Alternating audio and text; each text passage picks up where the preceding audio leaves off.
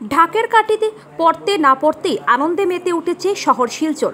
কারণ সামনেই তো এসে পড়েছে দুর্গাপূজা, আর আগেই গণেশ চতুর্থী।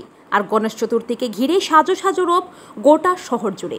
একাধিক পূজা মণ্ডপে ক্রমেই বেড়ে চলেছে ভক্তদের ঢল। শনিবার শুরু হয়েছে গণেশ চতুর্থী। শিলচরে গত কয়েক বছর ধরে খুব জমজমাটের সহিত গণেশ চতুর্থী পালন করা হয়েছে।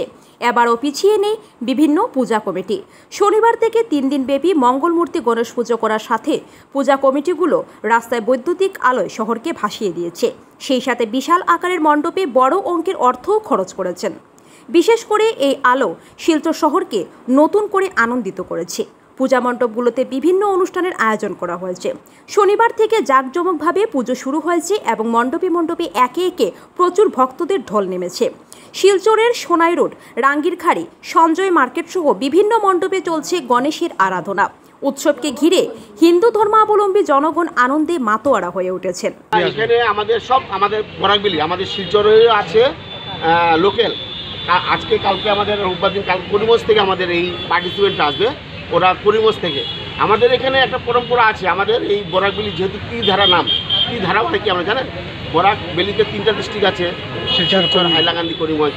3টা ডিস্ট্রিক্টের নামের মধ্যে বৈচিত্র্য রেখে আমরা ত্রিধারায় করেছি, যাতে এখানে সবাই এখানে আসতে পারে এবং জাতি ধর্ম বর্ণ নির্বিশেষে। এটা তো আমাদের হিন্দুদের পূজা, কিন্তু আমরা সবাই উৎসব কিন্তু সবার জন্য। ধর্ম আলাদা কিন্তু উৎসব কিন্তু সবার জন্য। এখানে সবার জন্য আমাদের এই জায়গাটা খোলা আছে। আজকে 2011 থেকে শুরু হয়েছে, আজকে 2024, মানে মোটামুটি 14 বছর আমাদের এবার। আমরা আগামী বছর 2025 আমরা 15 বছর পদার্পণ করবো। তখন আমাদের চিন্তাধারা একটু অন্যরকম আছে, আমাদের আর একটু অন্যরকম চিন্তাধারা, নতুনত্ব থাকবে তখন। এবার আমাদের 3 নম্বর বছর। আমাদের এবার পূজার টিম হচ্ছে আরজিকর কাণ্ডের যে একটা নারকীয় ঘটনা ঘটেছে, যদিও এটা সুপ্রিম কোর্টের বিচারাধীন। আমরা Sonai road link road Ganesh Chaturthi মহোৎসবের কমিটির তরফ থেকে আমরা এখানে কিছু বলবো না, কিন্তু আমরা ওনাকে শ্রদ্ধাঞ্জলি জানিয়ে এবার গণেশ বন্দনা মাতৃ নেমে এসেছি। কারণ গণেশ হইল আমাদের এলাকার মেইন ব্যবসা, হলো আমাদের ব্যবসায়ীরা আমরা সব এখানেরই উপস্থিত হয়ে গণেশের বন্দনা করেছি। এর 3টা মেইন উদ্দেশ্যে রেখেছি।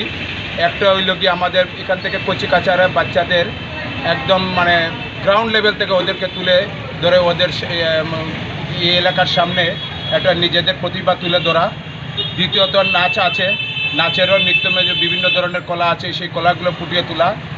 আর একটা হইল আমাদের এখানের এই এলাকারই গানের যে একটা আছে, এইগুলা থেকে প্রতিভা তুলে এনে আমরা এখান থেকে করা। 3টা আমরা মেইন উৎসবে আমরা সামনে রেখে করেছি।